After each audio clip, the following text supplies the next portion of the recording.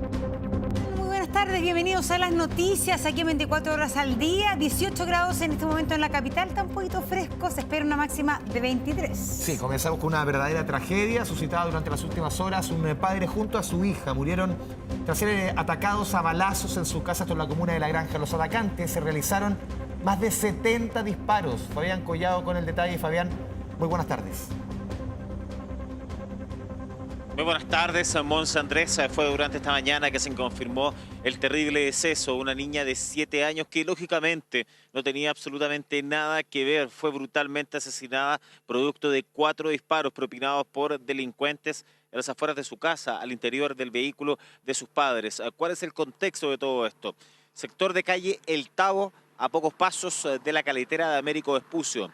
Es en este lugar donde padre, madre e hija se encontraban al interior del vehículo, se iban a desplazar hasta un punto que todavía no ha sido especificado, pero a la mamá de la niña se le olvida algo. Por lo mismo, vuelve hacia el domicilio y es en ese contexto que aparece un grupo de delincuentes en un vehículo, los cuales al menos a través de 2 armas percutaron una cantidad impresionante de disparos. Más de 70 balazos fueron percutados por estos delincuentes en el lugar y luego arrancaron en dirección desconocida.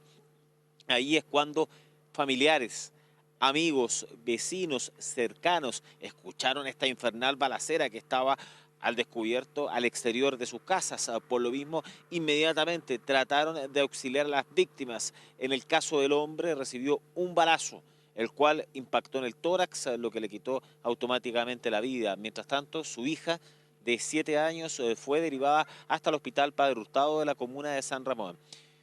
Pese a los diversos esfuerzos, ahí se pudo diagnosticar que se encontraba bajo riesgo vital, que había recibido 4 balazos, lo cual se estaba debatiendo entre la vida y la muerte, y pasadas las 9 de la mañana es cuando ya se confirma su deceso.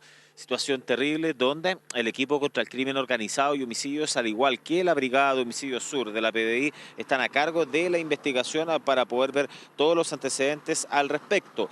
De todas maneras, se pudo identificar a la persona a la cual había sido asesinada. Estamos hablando de Julio Enrique Moya Castillo, de 38 años, el cual estaría asociado, según la investigación de la PDI, a una banda de traficantes denominada Los Camellos en el sector de la población San Gregorio de la comuna de La Granja. Él no tenía antecedentes, pero de todas maneras, según lo que reconoce la Policía de Investigaciones, estaba siendo investigado tanto por la Brigada de Homicidios Metropolitana como por la Brigada Antinarcóticos. ¿Qué significa? Que podía tener posible vinculación con algún asesinato y posible vinculación con tráfico de drogas, pero eso no estaba al menos oficializado mediante una detención, pero sí en carpetas investigativas, y por ende es que al menos la línea o la arista que cobra más fuerza de cómo habría ocurrido todo esto es que se trataría de un posible ajuste de cuentas donde claramente él era el blanco y que la niña lamentablemente sufre las consecuencias, lamentablemente es asesinada. Ustedes están viendo las imágenes que estuvo realizando los peritajes de el Laboratorio de Criminalística de la PDI en conjunto con la Brigada de Homicidios Sur, que da cuenta que este vehículo, solamente el automóvil, recibió más de 20 balazos y en el exterior, en el entorno donde se encontraba el vehículo, fueron más de 70 las evidencias balísticas que fueron recogidas por parte de los equipos investigadores. Vamos a revisar más antecedentes a continuación. Que habría sido un ataque directo al vehículo en el cual se encontraban ambas víctimas y producto de lo cual habrían también otros inmuebles afectados por balas también. Conforme a los antecedentes, la persona no tendría detenciones por la Policía de Investigaciones, no obstante, fue investigado en su oportunidad por delito de infracción ley 20.000 y otro delito. Sería parte de la banda delictual dedicada, ¿cierto?, al tráfico de droga en el sector sur de la capital. Bueno, Fabián, Sí. yo creo que este es un caso terrible, una verdadera masacre y, claro, no tenía antecedentes policiales, se conocen algunos antecedentes de cierta vinculación, pero nada, ningún antecedente penal tenía él. Llama la atención que todo esto, a pesar de todo, parece ser una venganza. Y uno nunca sabe si detrás de esta venganza había alguna conciencia de que en ese auto había una niña.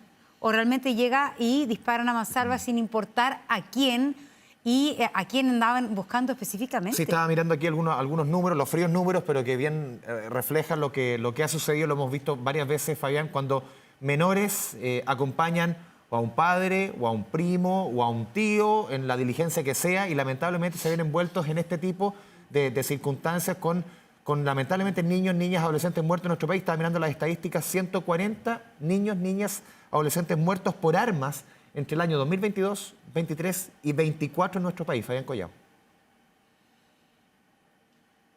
¿Les puedo hacer una acotación? Esto puede ser una venganza, efectivamente. Se están viendo vinculaciones con otro hecho que ocurrió el pasado 26 de junio.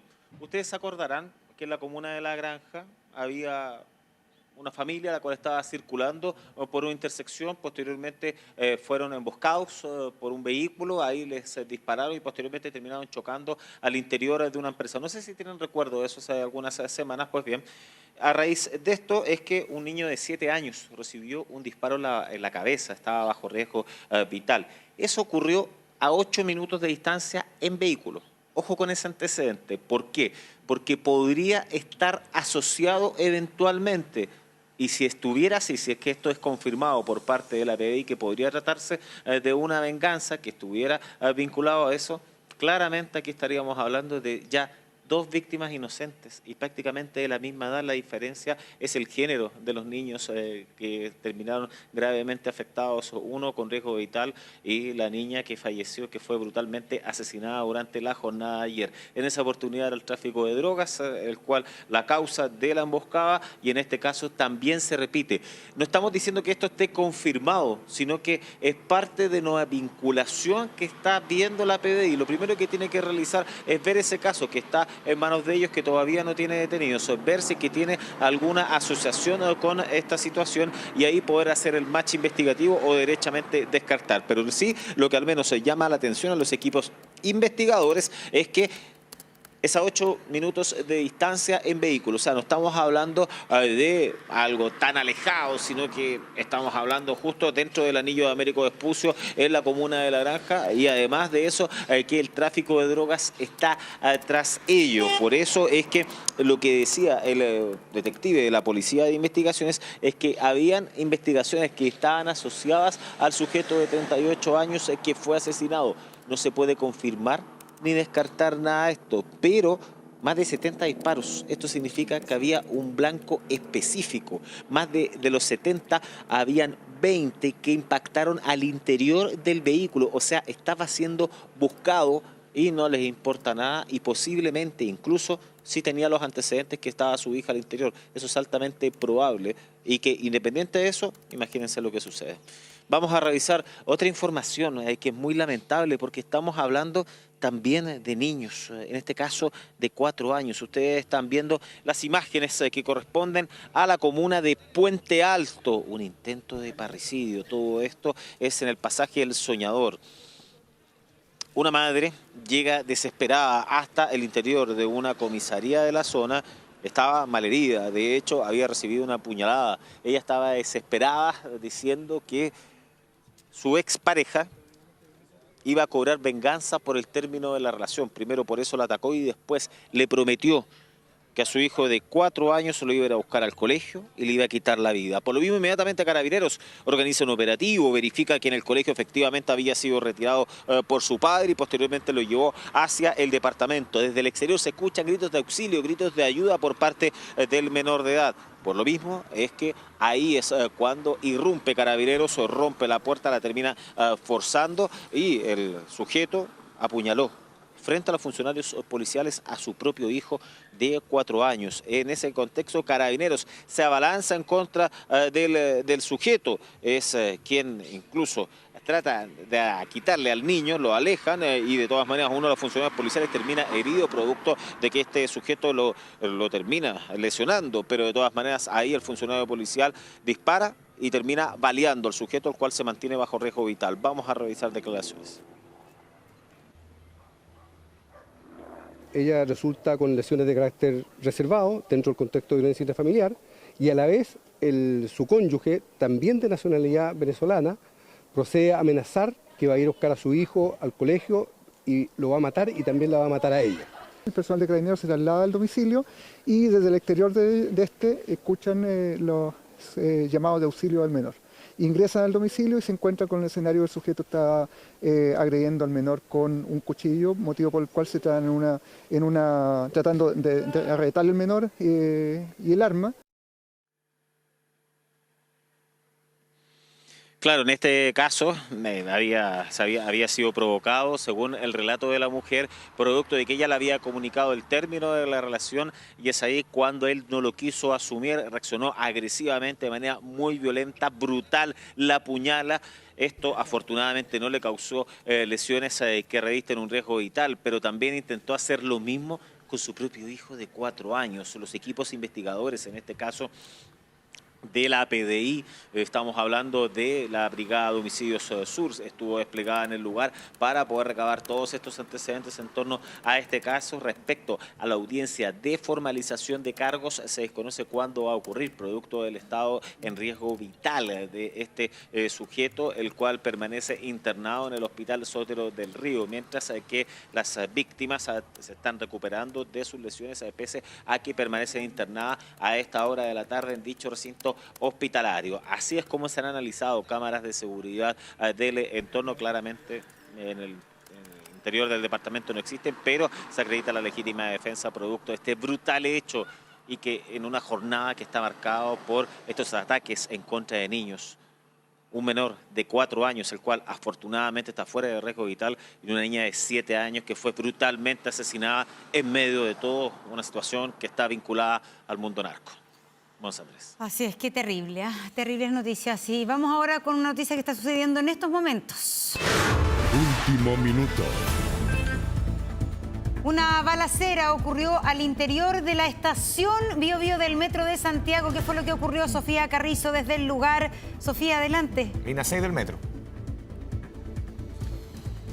Claro, estamos acá fuera de la estación Bío Bío en la comuna de San Miguel, donde a eso de las 12:20 ocurre de manera soterrada un incidente que todavía se busca esclarecer, donde habría involucrado un arma, pero de tipo fogueo. Eso es lo que hay que ir esclareciendo, y donde se señala que habría sucedido a través de las mismas cámaras de seguridad un forcejeo entre dos sujetos, dos hombres, aparentemente en la compra de un celular, donde uno de ellos habría intentado sustraerle el dinero. Todavía no se ha podido esclarecer muy bien qué fue lo que pasó, y en el contexto de poder defenderse, uno saca un arma de tipo fogueo, adaptada supuestamente con balines de acero, lesionando a la otra persona, quien huye con el dinero y también con esta supuesta arma. Y de momento estuvo personal de Carabineros al interior, los cuales ya se retiraron. Y también estábamos viendo si existía alguna información por parte de Metro a través de su cuenta oficial de X, pero de momento no. Así que es la información que manejamos aquí en la comuna de San Miguel. Aparentemente el metro sigue funcionando, la estación también, de manera normal. Y bueno, hay que ver obviamente lo que se puede esclarecer a raíz de esto, que al parecer, tal como yo les comentaba, se habría tratado en la compra de un celular, donde uno de ellos no habría quedado conforme aparentemente con el teléfono, sustrayendo el dinero, y de ahí arranca, y en el contexto de este mismo forcejeo uno le dispara y bueno, arranca con esta arma supuestamente de tipo fogueo, aquí en la comuna de San Miguel, al interior del metro. Así que obviamente atentos a alguna información de manera oficial que pueda entregar tanto Carabineros como también el Metro de Santiago. Igual un susto gigante eso para todos los que estaban ahí. Sofía, gracias por la información. Gracias, Sofía. Continuamos con otros temas de la contingencia. Alberto Carlos Mejías logró salir del país a solo 2 días de salir en libertad. De este modo, el sicario, denominado sicario, prófugo, llegó hasta Arica y es intensamente buscado a nivel internacional. ¿Cómo es que logró evadir el control fronterizo? Se lo preguntamos al periodista Cristian Cereceda. Cristian, buenas tardes. Hola, ¿cómo están? Buenas tardes. Sí, es increíble cómo se van conociendo nuevos antecedentes de este caso. De hecho, lo que se ha sabido es que este personaje imputado prófugo de la justicia cambió su apariencia. Si notan, en estos carteles de Se Busca, tanto a nivel nacional como internacional, se destaca un tatuaje que tiene en su mano derecha con el rostro de Zeus. Pues bien, lo que hizo este imputado fue ocultarlo con un yeso, y eso se le ve desde que llega a la ciudad de Iquique. Luego él viaja hacia Arica y además se coloca un gorro que le tapa su rostro hasta prácticamente las cejas, y además se coloca unos anteojos y mantiene también este mismo yeso. Y hay otra característica importante, que cuando él sale de Santiago 1 lo hace con una vestimenta bien particular, por ejemplo un pantalón con unas líneas blancas, pero en estas últimas imágenes se le ve con otra vestimenta, por lo tanto también cambió su polerón, su buzo y sus zapatillas, aunque siempre mantiene el mismo polerón con una capucha con el que también oculta su rostro. En las imágenes que se han conocido de él, por ejemplo, en Iquique, va en compañía de dos personas, que sería en este caso el taxista, el primero que lo traslada desde la región metropolitana hasta Iquique, y también una ayudante mujer. Son ellos quienes, de acuerdo a estos videos, lo trasladan hasta una hostal donde, en este caso, Alberto Carlos se hospeda, duerme, descansa, y también dentro de este recorrido va incluso a comprar un chip para su teléfono para, por supuesto, poder comunicarse con otras personas y coordinar este traslado. Todo esto ocurre el día sábado, luego él toma un bus formal hacia la ciudad de Arica, y es ahí donde también toma contacto con otro transportista que por 10.000 pesos lo deja en la zona de Chacayuta, en el control fronterizo, y es ahí lo que ya se está investigando, si es que él pasa por un sector habilitado. Aparentemente muestra una cédula de identidad adulterada, falsa, con una tercera identidad que por supuesto no le corresponde, que no sería ni Osmar ni tampoco Alberto Carlos, y luego se habría desviado de este camino habilitado por una zona no formal, y es ahí donde logra ingresar hacia Perú. Pero son detalles nuevos, pero que ocurren el día sábado 12 de julio, es decir, han pasado muchos días y recién se están conociendo estos antecedentes. De hecho, a esta hora también se desarrolla una sesión especial en el Senado, donde están invitadas distintas autoridades, por ejemplo, el fiscal nacional, los ministros Cordero y Gajardo, también de Gendarmería, el director general de la PDI, donde están dando explicaciones de qué fue lo que ocurrió. Y el ministro Gajardo también entregaba nuevos antecedentes, y él apunta a la comunicación que nace desde tribunales hacia Gendarmería, que en este caso hay una corrección donde se emite un documento que, según él, nunca debió haberse entregado. Pasemos a revisar esas declaraciones justamente. Aquí hay una negligencia, al menos, que todas las posibilidades son malas posibilidades, y hemos dicho también que el origen del error está en una comunicación que nunca se debió haber hecho a Gendarmería de Chile, ¿ya? Una comunicación que dispone el término de una medida cautelar, y ese término de medida cautelar que se había dispuesto por resolución nunca se debió haber notificado a Gendarmería de Chile. Claro, se deberá investigar si ese error fue voluntario o involuntario. Es algo que todavía está en curso para poder determinarlo, pero en definitiva, cual sea ese error, termina en este bochorno con un imputado muy peligroso que arriesga presidio perpetuo calificado. Recién a los 40 años podría haber quedado en libertad, pero eso en definitiva no ocurre porque este imputado queda en libertad. Y él llega hasta Arica, siempre camina, recorre varias calles, va a locales comerciales, va a terminales de buses, donde también son posicionados a través de cámaras, pero nunca se le realiza un control. De hecho, cuando se encuentra en Iquique hay una patrulla que pasa a metros de él, pero en ese momento no se sabía que él había quedado en libertad.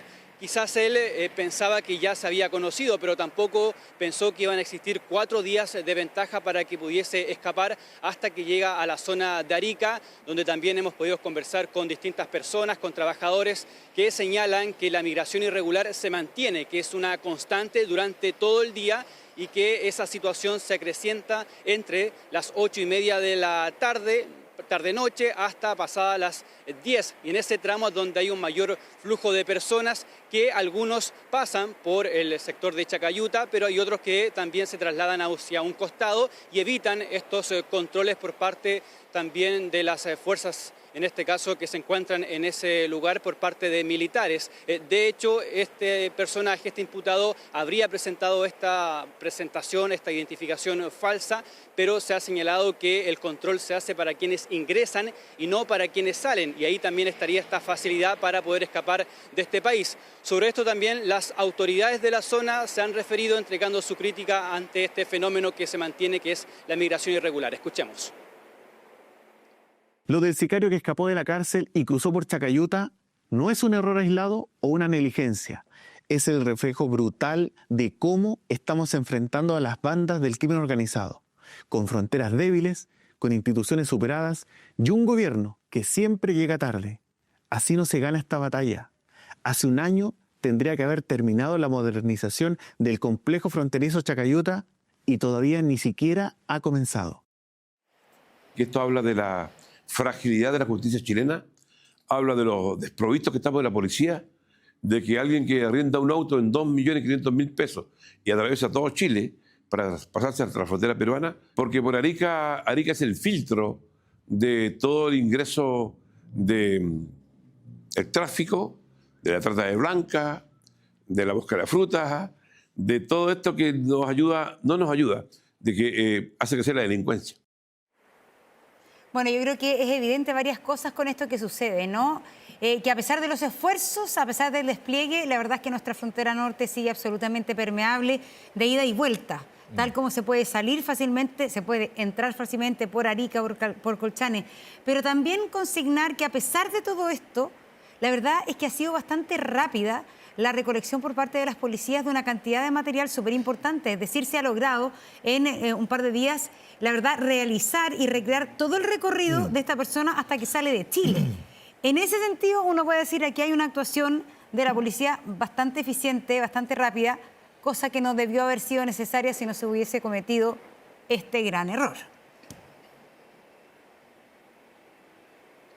Sí, sin duda, y de hecho esta buena investigación la podemos remontar a cuando ocurre este sicariato. También las pruebas son bastante contundentes, los videos, las imágenes, las conversaciones por teléfono, todo eso se encuentra. Por eso esta persona queda en prisión preventiva y por eso también era tan probable de que se le condenara en algún momento a presidio perpetuo calificado. Esas pruebas estaban, sin embargo acá hay un aparente error administrativo quizás que lo deja en libertad y todo este trabajo que se hizo antes de su detención se tiene que volver a hacer para ir reconstruyendo su camino, que en este caso es por una gran parte de Chile, en la región metropolitana, Santiago, Estación Central, también Tiltil, además de la propia ciudad de Iquique y ahora en Arica. Por lo tanto, son varias cámaras que se tienen que ir revisando, testimonios. Se llegó incluso al hostal donde él se hospeda y duerme. Ahí también se consiguió información importante, pero acá el tema está en que nadie contaba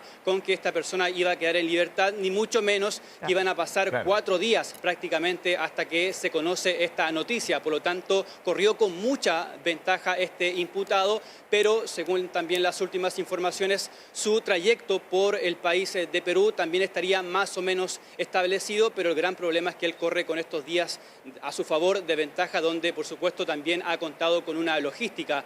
Hay teléfonos que ha ocupado, chips también, hay personas que lo trasladan de un lugar a otro y también que al parecer le compran sus pasajes, porque en los sistemas de la empresa, al menos desde donde toma Iquique, no aparece su nombre, ni Osmar, ni tampoco Alberto Carlos. Por lo tanto, también hay mucho por conocer y los testimonios y los videos van a ser relevantes para conocer sus últimos pasos, ya pensando en el extranjero, en este caso en Perú y probablemente Colombia, hacia donde se podría dirigir. Al menos esa información todavía no se ha confirmado de manera oficial. Sí, Cristian, nos sorprendíamos algunos días que claramente el nombre con que habíamos conocido a este sujeto no era el real, pero incluso da la posibilidad, como tú sugieres en el último comentario, de que él haya, pasado, por ejemplo, a Perú con otro nombre, con una tercera identificación que no sabemos, cómo la consigue. En el fondo hay todo, uno se imagina un mercado prácticamente para conseguir diferentes identificaciones.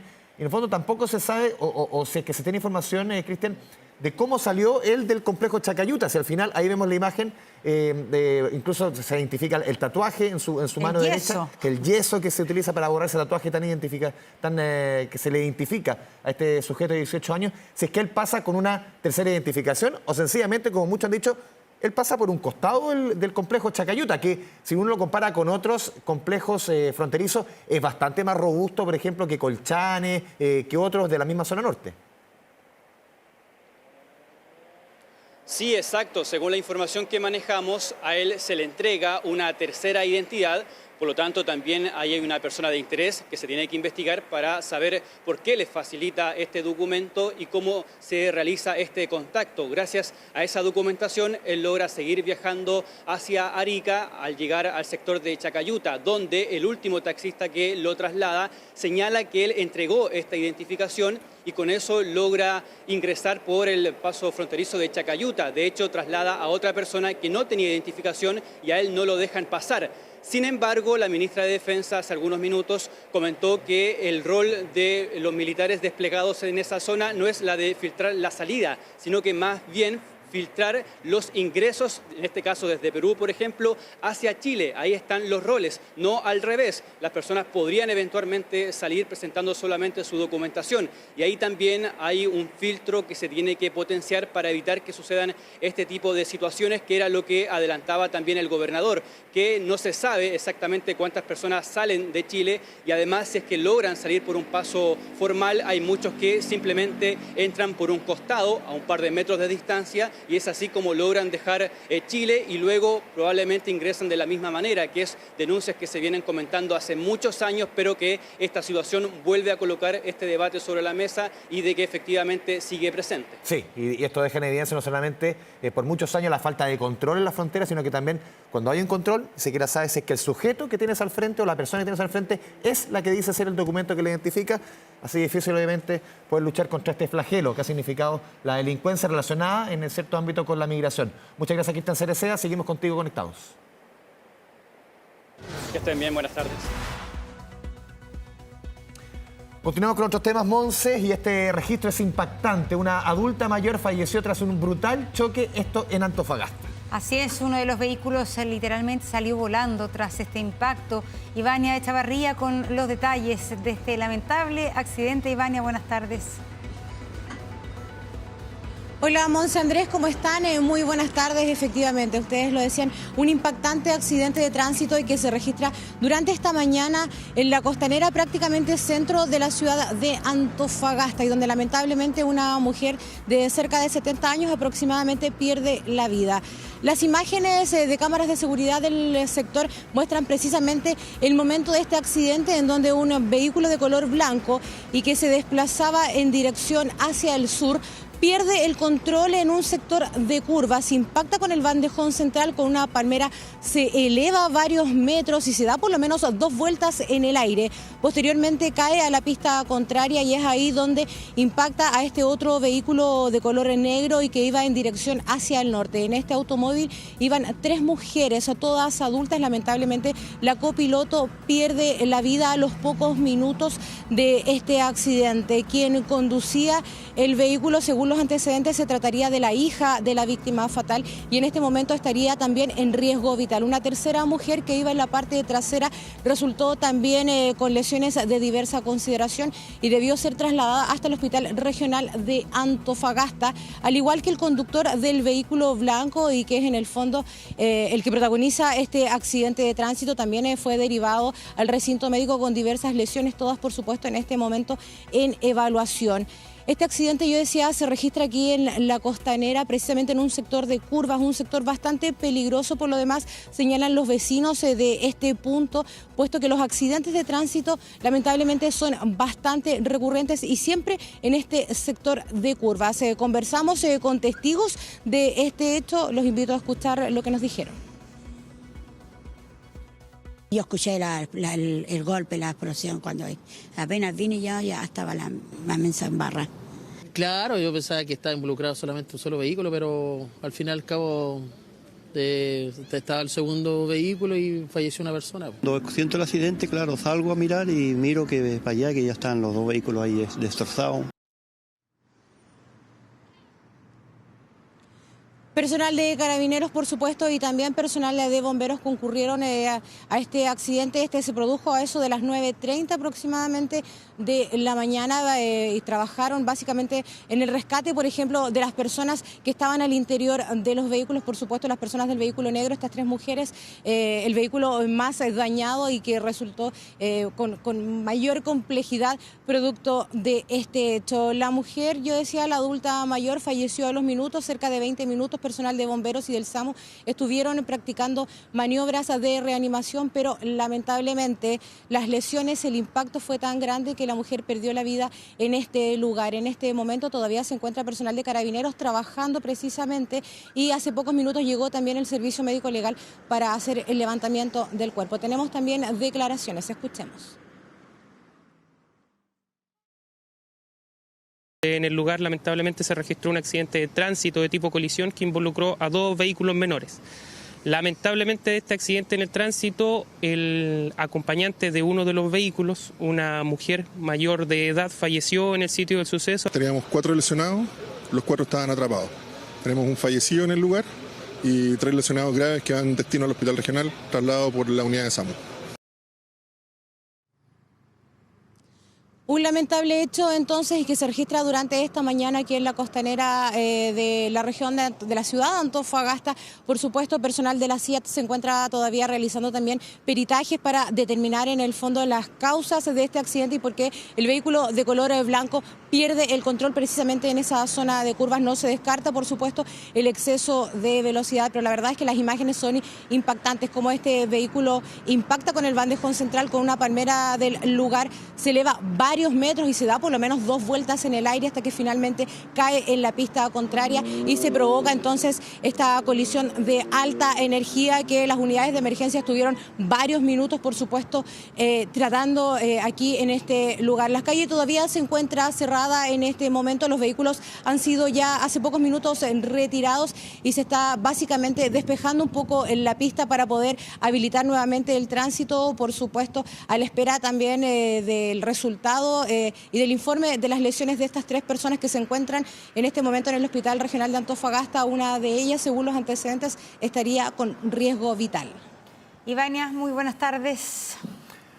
Continuamos con otras informaciones, nos vamos al sur del país, región del Biobío. Delincuentes realizaron un violento turbazo a una tienda, esto en Hualpén. Hirieron a 2 trabajadores, lo vemos en la imagen, y además robaron 5 millones de pesos en dinero y especies. David Yáñez con los detalles desde el Biobío. David, buenas tardes.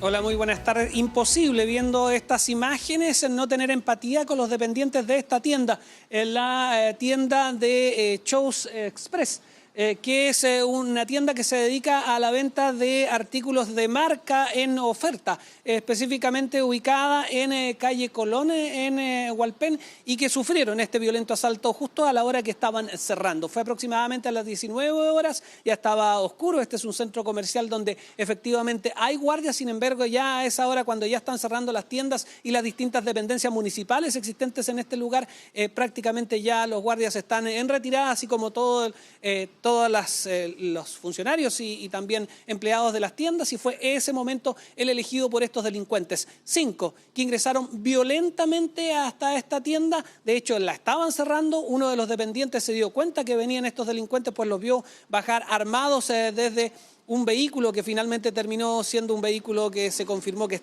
había sido robado, y ingresaron hasta este local, le pegaron a este mismo dependiente que intentó cerrar la puerta, también a otro que no es que haya opuesto resistencia, sino que no se movió lo que ellos esperaban que fuese lo suficientemente rápido, y mientras agredían a estas 2 personas, tomaron todo lo que había disponible o lo que les cabía en las manos. Tanto dinero efectivo, no era mucho en realidad lo que había a esa hora, ya habían hecho los retiros, pero sí gran cantidad de productos, aproximadamente unos 5 millones de pesos en productos, además del dinero en efectivo. Esto, obviamente, causó también conmoción en los alrededores con los vecinos que normalmente transitan por este lugar y que no habían visto un asalto de estas características, por lo menos en los últimos meses. Veamos esos testimonios.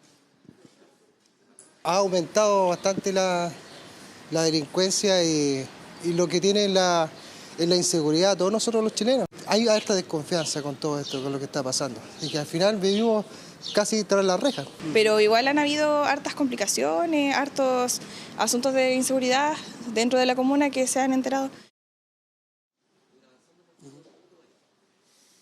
Ha habido trabajos. De hecho, durante los últimos 2 días esta tienda no ha podido trabajar precisamente por los daños que habían sufrido en el acceso, principalmente en la puerta de acceso, la que ya fue reparada, y también en los controles electrónicos existentes justo en la entrada. Sin embargo, obviamente hay temor todavía por parte de algunos vecinos que pasaron por este lugar.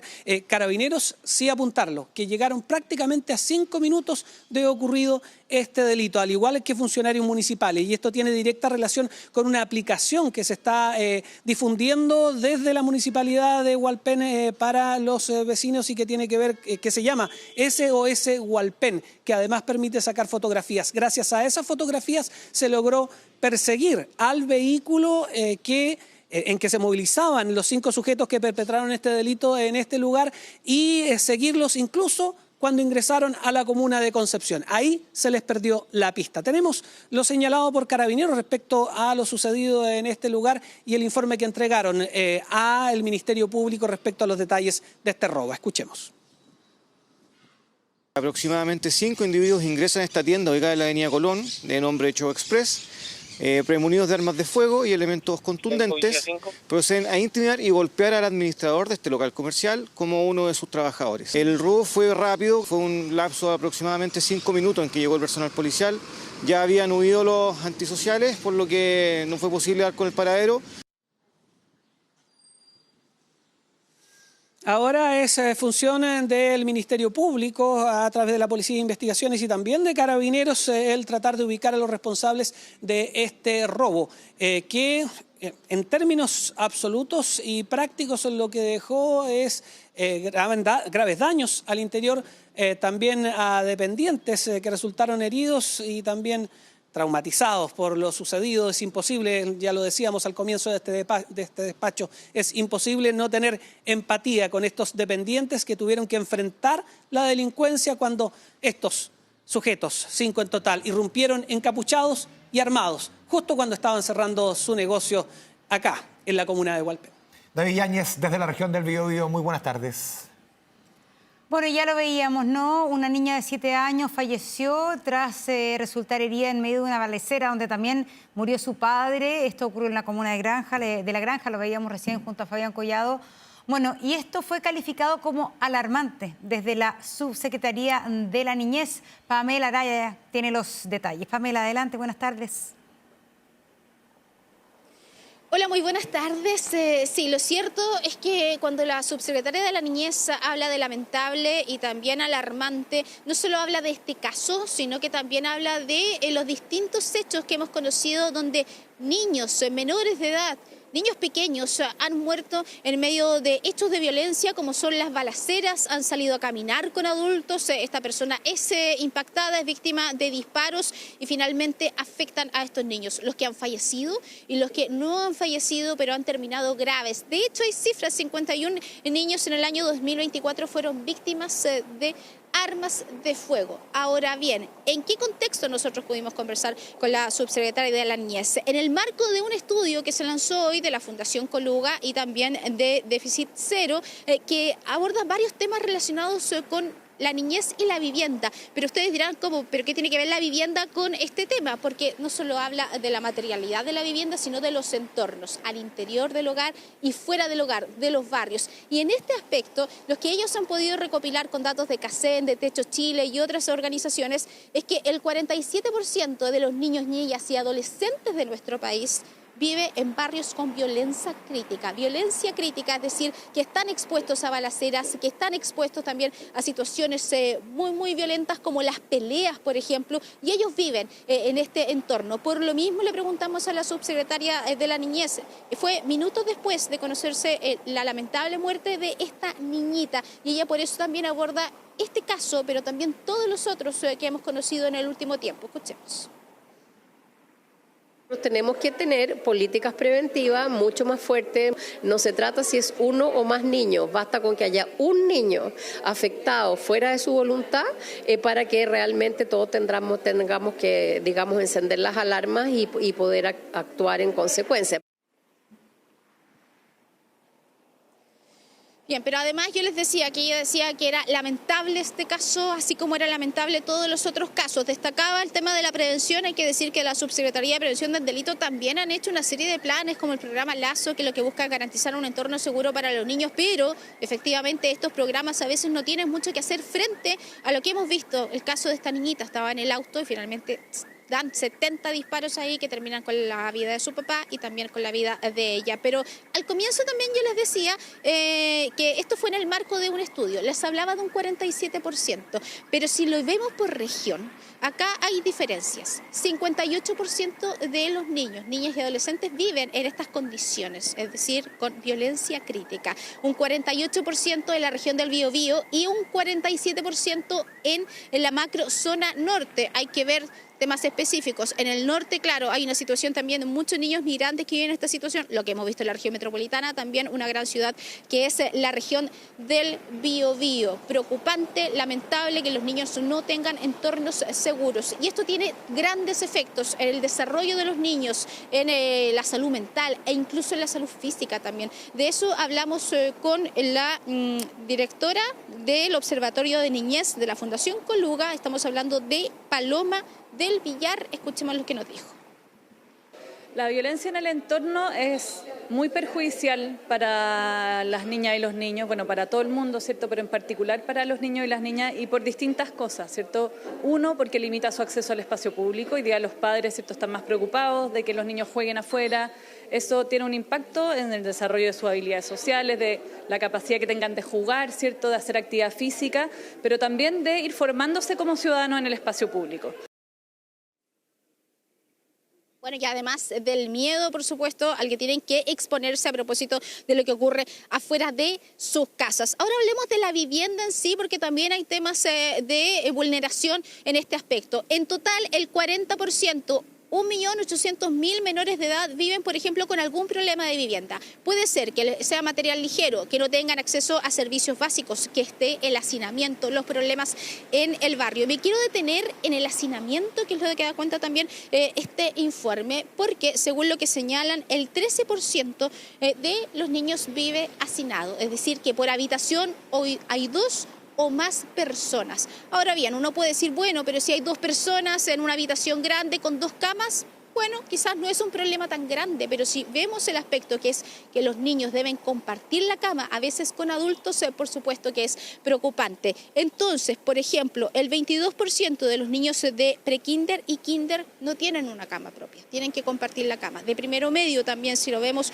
un 6%. Ahora, si vemos donde se vive hacinado, acá es mayor, porque es prácticamente la mitad de los más chiquititos prekinder y kinder que tienen que compartir la cama con los papás, con el hermano, con el abuelo, con la tía. Y en el caso de los más grandes, los adolescentes, son 2 de cada 10 personas. ¿Cómo abordar este tema? También de las fundaciones decían que acá hay que abordar la política de vivienda desde el punto de vista de la niñez. Y hacían hincapié, por ejemplo, en las familias jóvenes y en las familias migrantes que también necesitan ahí garantizar la seguridad y buen ambiente para sus niños. Le consultamos sobre propuestas y sobre qué está haciendo el gobierno. También a 2 exponentes. Estamos hablando de la directora de Políticas Públicas de Déficit Cero y también le consultamos a la subsecretaria de Vivienda.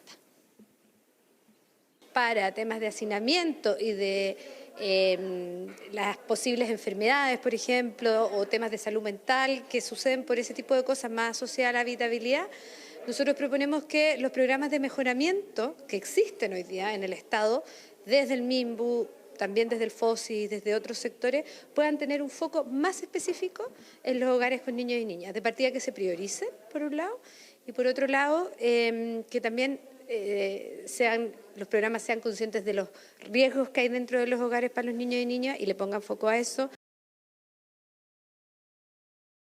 El plan de emergencia habitacional ha puesto énfasis en poder efectivamente reconocer esas realidades y poder entonces acelerar la producción de vivienda. Otra línea importante tiene que ver con mejorar el stock que ya se construyó de vivienda social, y en los casos también el Ministerio tiene, desde un punto de vista cualitativo, también la ampliación en aquellos lugares donde se pueda tener la vivienda, donde ya la familia está asignada, poder ampliar en un dormitorio. Bien, son muchos los datos importantes para analizar cómo están viviendo los niños en nuestro país que entrega este estudio, pero quisiera retomar lo que les decía al comienzo, que tiene que ver con la muerte de esta niñita, 7 años, que lo cierto, hace unos días atrás conocimos también la muerte de un chiquitito, y así hemos conocido una serie de asesinatos de niños que no tienen nada que ver con este tipo de situaciones. A veces pueden ser incluso hasta ajustes de cuenta, pero nadie considera que ese niño va con ese adulto, y si lo comparamos o lo vemos en este contexto de que 47% de los niños en nuestro país está viviendo en entornos violentos, entre balaceras, entre peleas, entre un montón de situaciones que afectan su seguridad, por supuesto que es preocupante. Así es, y justamente, Pame, lo que ocurrió durante esta madrugada fue el tema que abordó en su cuenta de X el presidente Gabriel Boric. Señala que delincuentes asesinan a un adulto y a una niña de 7 años. Los perseguiremos y encontraremos donde estén para hacer justicia. Todas las instituciones deben estar a la altura. Estas bandas atentan contra la sociedad entera y debemos actuar unidos para enfrentarlos. Sí, el último posteo del presidente de la República ante este terrible caso que conocimos ayer en la comuna de La Granja. Pamela Araya, muchas gracias por la información. Son las 13 horas ya con 46 minutos. Nos vamos a la pausa, Monse. Así es, regresamos de inmediato con más noticias. Ya volvemos con 24 horas al día. Volvemos con las noticias en altos edificios de la ciudad, ya en Valparaíso, también en puentes de la misma región. Desde ahí se lanza un temerario deportista, paracaidista, aterrizando riesgosamente entre cables y autos. ¿Es legal esto? Se lo preguntamos a la periodista Patricia Flores. Pati, buenas tardes. Buenas tardes, muy bien lo señalas, realmente la polémica se ha instalado aquí en las ciudades de Viña del Mar, por ejemplo, también en localidades que están un poco más alejadas como Cartagena, Valparaíso o Concón. El escenario que suele ocupar este deportista extremo para una práctica que seguramente ustedes han visto en más de alguna ocasión, que se parece mucho al paracaidismo, pero que tiene algunas diferencias. Estamos hablando del salto base o base jump. Este salto que consiste en saltar hacia el vacío en alturas que van entre los 90 a 300 metros, mayormente en la naturaleza. ¿Qué ocurre ahora? Que esta práctica se ha trasladado a zonas urbanas, lo que ha generado preocupación, considerando que el escenario es totalmente distinto a lo que suele ser la naturaleza, el acantilado o sitios en donde se suelen utilizar para realizar esta práctica. Estamos hablando de localidades, puntos específicos en donde hay diferentes tipos de interferencias, desde cableado o tendido eléctrico, por ejemplo, a ramas de árboles o diferentes tipos de elementos que pueden provocar un riesgo no solamente para un deportista que se dedica a esto, sino que también para transeúntes o personas que se encuentren en el lugar. Estos videos claramente reflejan esta temerosa práctica que es considerada por lo demás uno de los deportes más peligrosos del mundo. Nosotros también logramos tomar el testimonio, el pulso de las personas durante estas jornadas, y ellos nos señalaban que es común de alguna manera ya poder ver a personas que realizan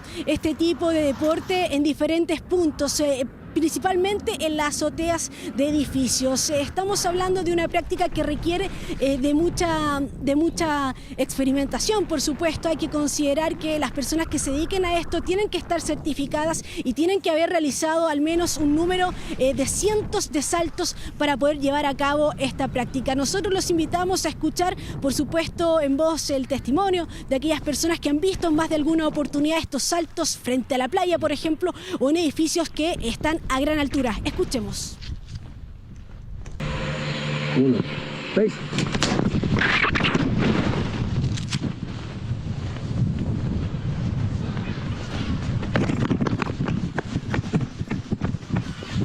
De hecho, vi ese video que es de un chico que se tiró por acá cerca. Sí, igual me parece riesgoso. A mí no me parece, a mí está muy cerca de las torres, no sé. En el campo, no sé. Espacios más abiertos. Pero no en la ciudad. muy novedoso, pero yo creo que a la vez también es peligroso porque no, al que quiere intentarlo hacer sin saber, es peligroso.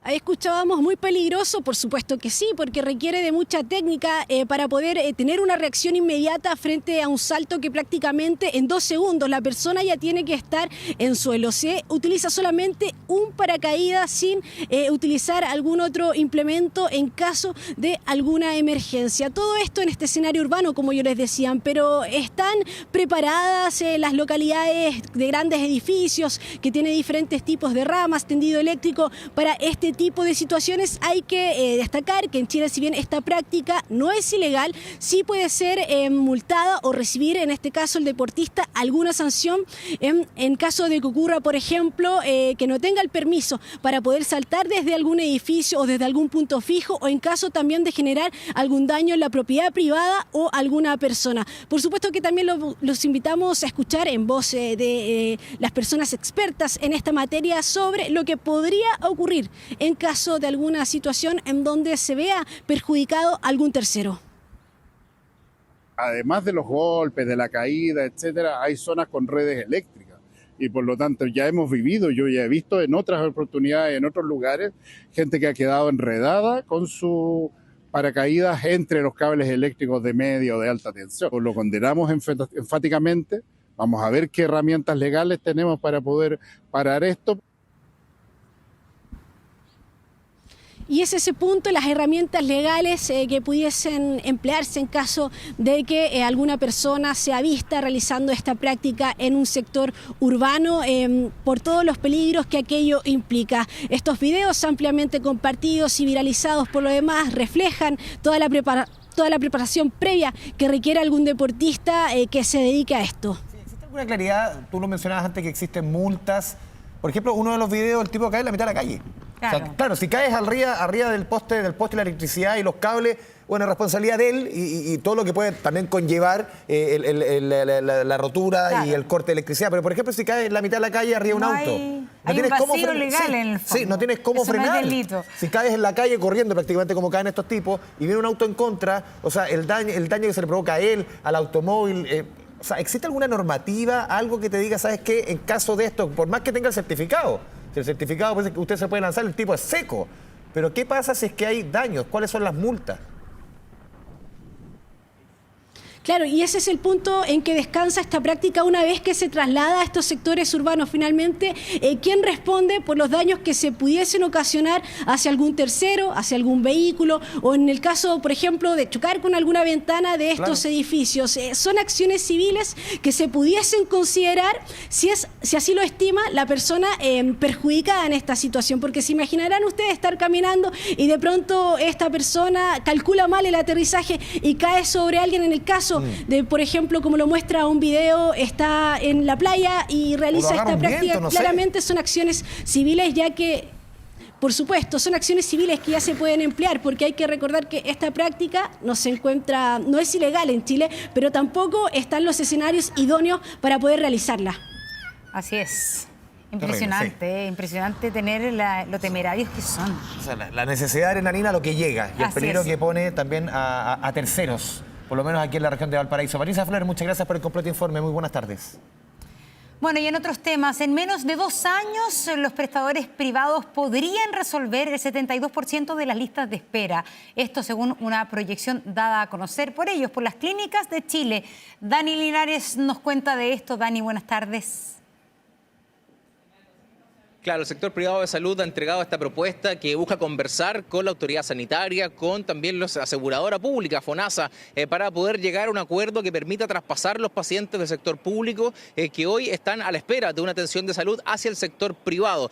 Son cerca de 2,6 millones de personas que hoy están esperando alguna atención en salud. De ellos, más de alguno está esperando más de un procedimiento, por lo que se establecen cerca de 3 millones de casos que están pendientes hoy en lista de espera, en prestaciones con garantía garantía explícita de salud y en prestaciones sin garantía explícitas. De hecho, la gran mayoría está a la espera de una consulta de un especialista. 2,2 millones de personas están esperando una consulta de especialidad hoy en el sistema, por lo que la Asociación de Clínicas de Chile, a través de su red de prestadores, ha hecho un análisis de la ocupación de su red de salud para ver finalmente si la ponen a disposición del aparato público, cómo podría esto afectar en la reducción de la lista de espera, y el resultado es que en 1 año y 9 meses ellos establecen poder solucionar hoy la lista de espera en materia de salud. Eso tiene un costo. Vamos a conversar de aquello más adelante. Primero los quiero dejar con la propuesta, en lo que ha significado este estudio, este análisis que pretende resolver las listas de espera. Por ejemplo, en el caso de consulta de especialidad, dicen ellos, poder resolverlas en 5 meses. En el caso de cirugía, en 3 meses, las que hoy están pendientes. Escuchemos las declaraciones.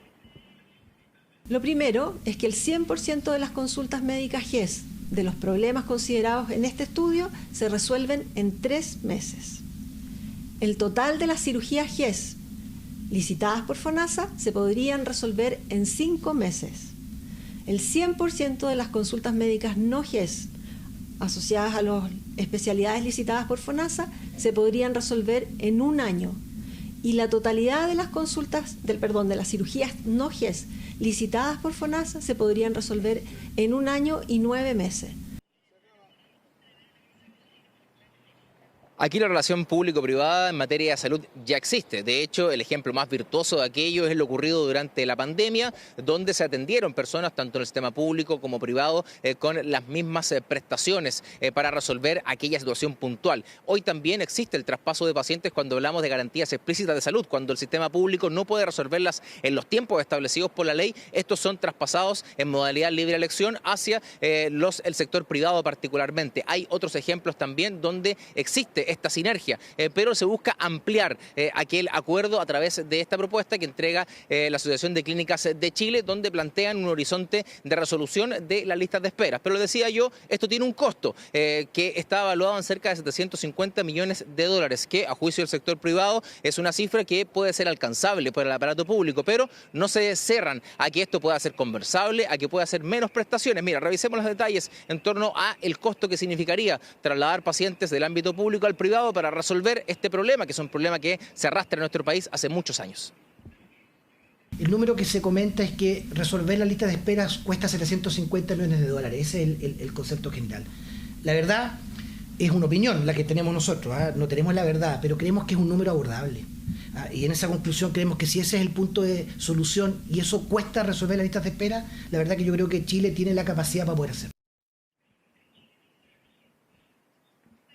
Y por cierto que hay otras patas en esta mesa, ¿no? Falta qué puede opinar el colegio médico, donde también hay costos asociados. Lo que cobra un médico en el sector privado versus lo que cobra en el sistema público son distintos. ¿Qué pasa también con los prestadores de salud, ya sea público-privado, ISAPRE y FONASA, también respecto a esta propuesta, y también la autoridad sanitaria, el Ministerio de Salud, para ver si se allanan a estos valores y también a estos horizontes de resolución de este problema, que es algo ya bien arraigado en nuestra sociedad, se viene arrastrando hace bastante tiempo. De hecho, mensualmente se suma, según las estimaciones, cerca de 30.000 personas a la lista de espera. Mensualmente esta va creciendo y la resolución de esos problemas también va demorando. Hay personas incluso que han fallecido a la espera de una atención de salud.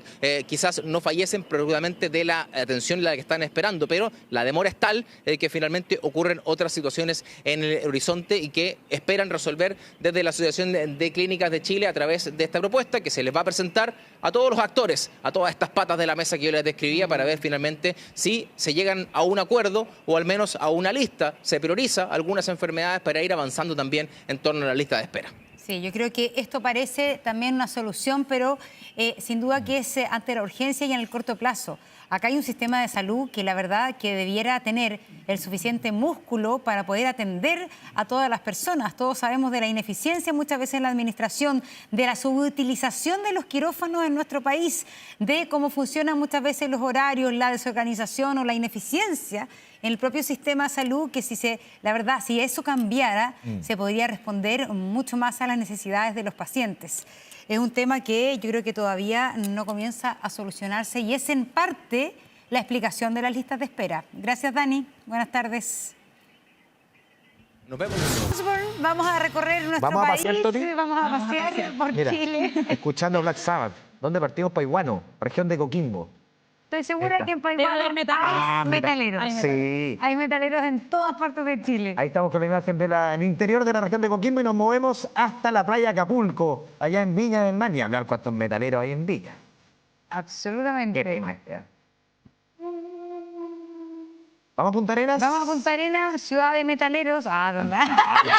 No, este es un país de metaleros. Sí, eso mismo iba a decir yo. Hay que recordar la batalla de Florida. Exactamente, o sea, en el estadio de Florida, de todas maneras, de la Florida digo, es un clásico. La gente, las bandas de rock, de metal, les gusta venir a Chile. Así que yo creo que podemos decir que hay Chile... una feligresía. Exactamente. Hay un grupo bien importante de seguidores. Así que yo creo que de Arica a Punta Arenas, que es lo que estamos viendo, están siguiendo ahí Incluso audios. en Rapa Nui, estoy segura.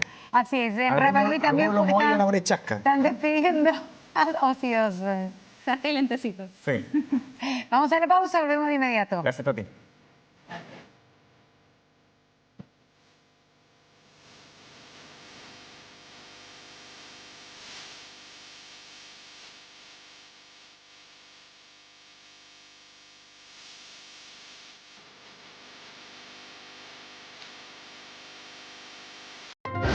Ya volvemos con 24 horas al día.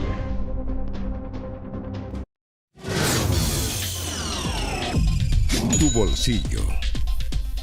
Vamos con la información económica, Once. Siempre cuando se acercan las elecciones, siempre los parlamentarios se ponen creativos. Así es. La semana pasada hablamos de la eliminación de la UEF.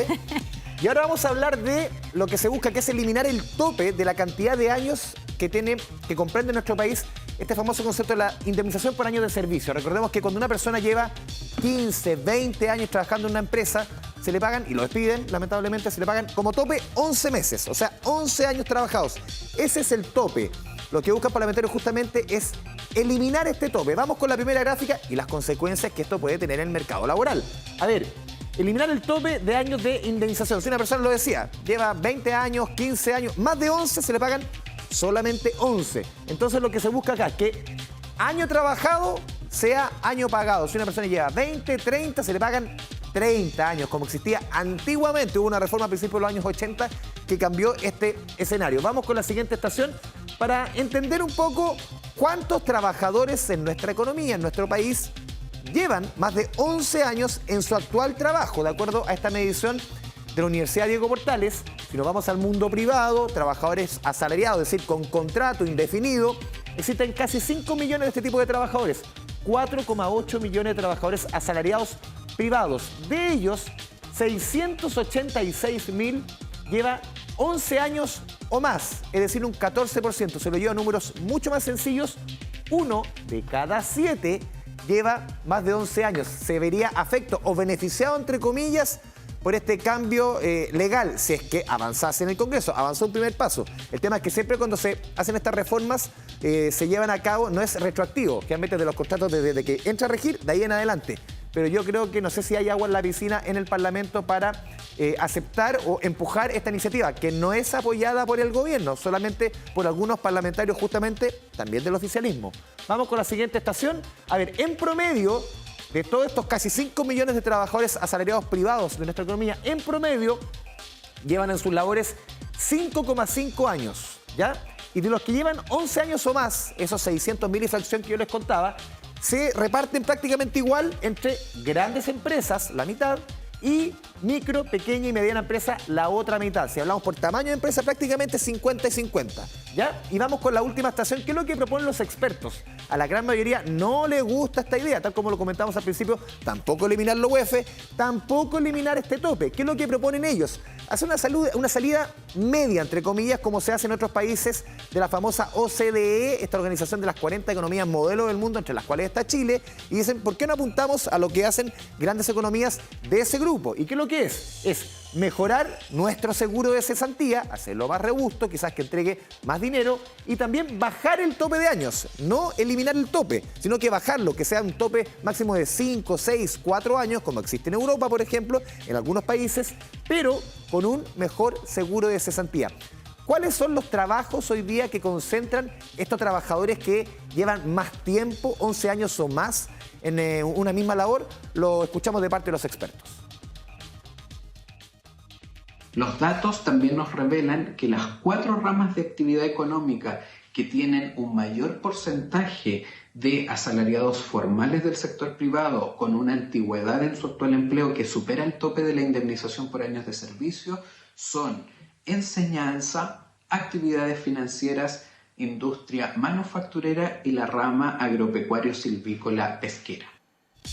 Y al final, Monse, lo que esto provoca muchas veces, lo dicen los expertos, más allá de lo que uno crea, que te haga sentido, que puede hacer más, claro, que no haya tope, esto genera un mercado mucho más rígido, que va a evitar, obviamente, que haya movilidad en el mercado laboral. Se va a estancar prácticamente en sobre todo en algunos trabajos. Y cuando se quiere tender a el trabajo formal, muchas veces uno puede decir esto quizás es contraproducente contra la formalización del trabajo, porque se hace más pesado. Es como de otra época, el contratar. Ya. Bueno, en otros temas que son muy de esta época, usted me imagino que ha viajado a través de transporte de aplicaciones porque, ponga atención, 3 de cada 4 adultos admiten haber ocupado una de estas aplicaciones, al menos solo una vez, pero también esto se ha convertido en una oportunidad laboral. Más detalles con José Ignacio Atenas. Nacho, adelante.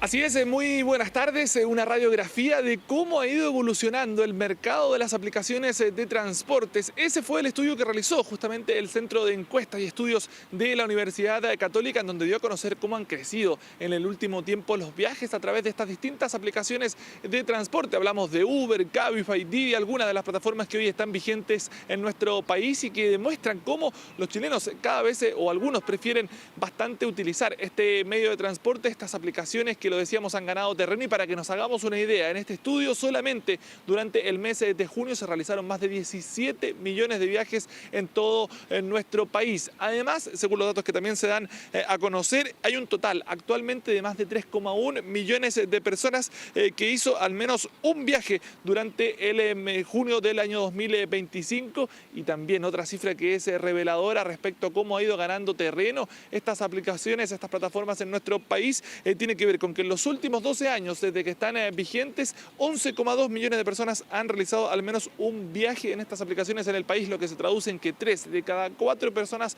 han utilizado al menos una vez estas plataformas, estas aplicaciones para movilizarse por la ciudad. Una situación que aseguran los consumidores, los usuarios, bien digo, que utilizan estas plataformas, va de la mano con la transparencia que muchas veces tienen estas plataformas al conocer cuáles son los conductores que los vienen a recoger o a dejar a los destinos, también cuánto es el valor que se les cobra por los tramos que ellos están solicitando, y eso llevaría a que sea mucho más cómodo también el ir, por ejemplo, que vayan hasta la dirección donde uno se encuentra y no que tuvieran que salir muchos de ellos a buscar justamente un auto que pueda movilizarlos. Conversamos con ellos, con los usuarios, que nos hablaron un poco de cómo han visto la evolución de estas plataformas, y esto fue lo que nos dijeron. Me parece bastante bien y me ha sacado de apuros varias veces. Me gusta mucho porque con los taxis tuve hartos problemas por el tema que te alteran el taxímetro. Me gusta, es rápido, yo lo siento seguro, me gusta. Una herramienta que sirve para movilizarnos por la ciudad, pero que también ha sido una importante fuente laboral en el último tiempo. De hecho, según las mismas cifras que da a conocer este Centro de Estudios de la Universidad Católica, liderados por David Bravo, al menos 11,2 millones de personas han trabajado, han sido conductores de estas aplicaciones, y actualmente son cerca de 128.000 los que se encuentran activos, trabajando ya sea full time o part time, dependiendo de las necesidades. Y es ahí donde apuntan justamente quienes se dedican a trabajar detrás de estas aplicaciones, porque aseguran que en el caso de que ellos puedan complementar los ingresos, o por ejemplo aquellos que están buscando trabajo, esto también puede ser una buena posibilidad para generar ingresos semanales en caso de muchas personas que no han podido reincorporarse al mercado laboral. Conversamos justamente con quien trabaja de Uber, que nos habló un poco de esta realidad, de todas las personas que están trabajando. Este es el único segmento que crece en medio de este complejo escenario que vive el mercado laboral, y también hablamos con quienes están detrás y analizaron justamente las cifras que se dieron a conocer durante las últimas jornadas. Hoy por hoy es una salida para muchas personas. Yo te comentaba que hay un grupo etario, ¿no?, que es sobre 40 años, que hoy no tienen inserción laboral y encuentran en Uber una salida para poder llevar dinero a su casa. De 2025 hubo 17 millones de viajes en todo el país. en aplicaciones de transporte, tales como Uber, Didi, Cabify y otras empresas que están en el país. Es una magnitud muy importante que además muestra un incremento de 14% respecto de lo que ocurrió hace 12 meses atrás.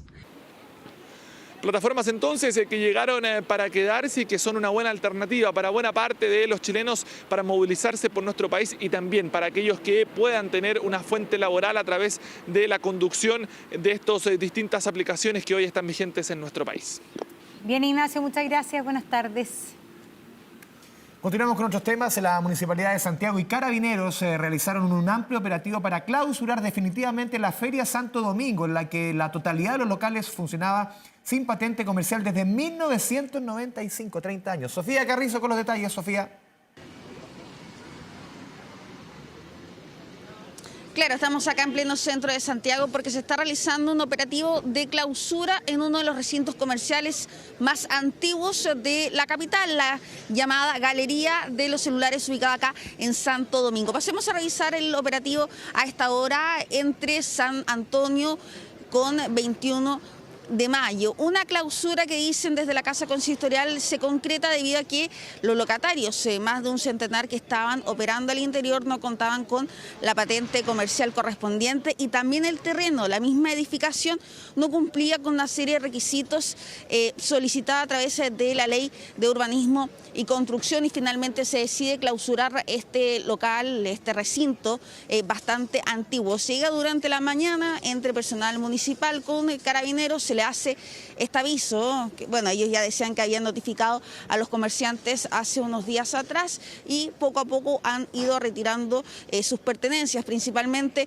artículos de venta y de celulares, también artesanías, entre otros. Sin embargo, hubo una situación bastante compleja porque locatarios apelaban que tenían una autorización, ellos decían que estaban pagando una especie de permiso para poder trabajar, sin embargo, la municipalidad explica el porqué de esto. Pasemos a revisar esas palabras.